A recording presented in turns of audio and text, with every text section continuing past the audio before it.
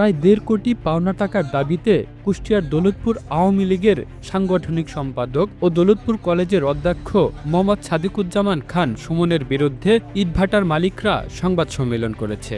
আজকে দুঃখের সাথে বলতে হয় যে ৫-৭ বছর সাদিকুজ্জামান সুমন খান এদের এই টাকাগুলা রেখে দিয়েছে, কিন্তু ৫ তারিখের আগ পর্যন্ত আমার কাছে যেসব রিপোর্ট আছে, বিভিন্ন সময় বিভিন্ন লোককে বলছে টাকা চাইলে যেদিন ইচ্ছা সেদিন দেব, টাকা চাইলে কেসে ঢোকাবো, দরকারে ছেলেপেলেদের পিটাবো, এই ধরনের সংবাদও আমার জানা আছে।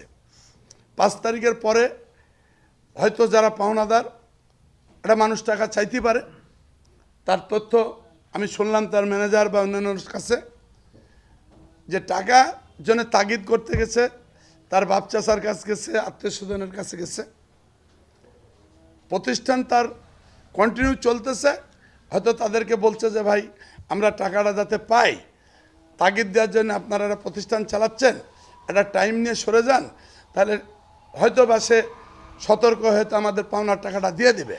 দৌলতপুর উপজেলা পরিষদ অডিটোরিয়ামে আয়োজিত এই সংবাদ সম্মেলনে লিখিত বক্তব্য উল্লেখ করা হয়, বিগত আওয়ামী লীগ সরকারের সময় দলের রাজনৈতিক প্রভাব খাটিয়ে ঠিকাদারির কাজ ও বিলাসবহুল নিজ বাসভবন নির্মাণের জন্য দৌলতপুরের বিভিন্ন ইটভাটা মালিকদের কাছ থেকে বাকিতে প্রায় ১.৫ কোটি টাকার ইট সংগ্রহ করেন দৌলতপুর আওয়ামী লীগের সাংগঠনিক সম্পাদক ও দৌলতপুর কলেজের অধ্যক্ষ মোহাম্মদ সাদিকুজ্জামান খান সুমন।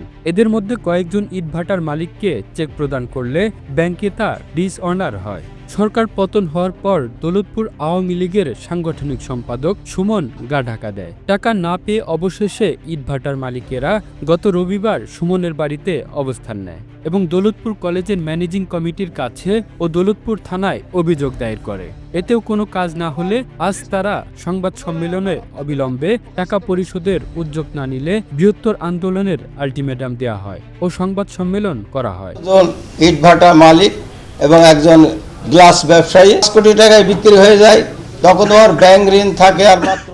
এ সময় বক্তব্য রাখেন ইটভাটার মালিক নুরুল ইসলাম, আব্দুস সাত্তার প্রমুখ। এ সময় বিভিন্ন প্রিন্ট ও ইলেকট্রনিক মিডিয়ার সাংবাদিকরা উপস্থিত ছিলেন।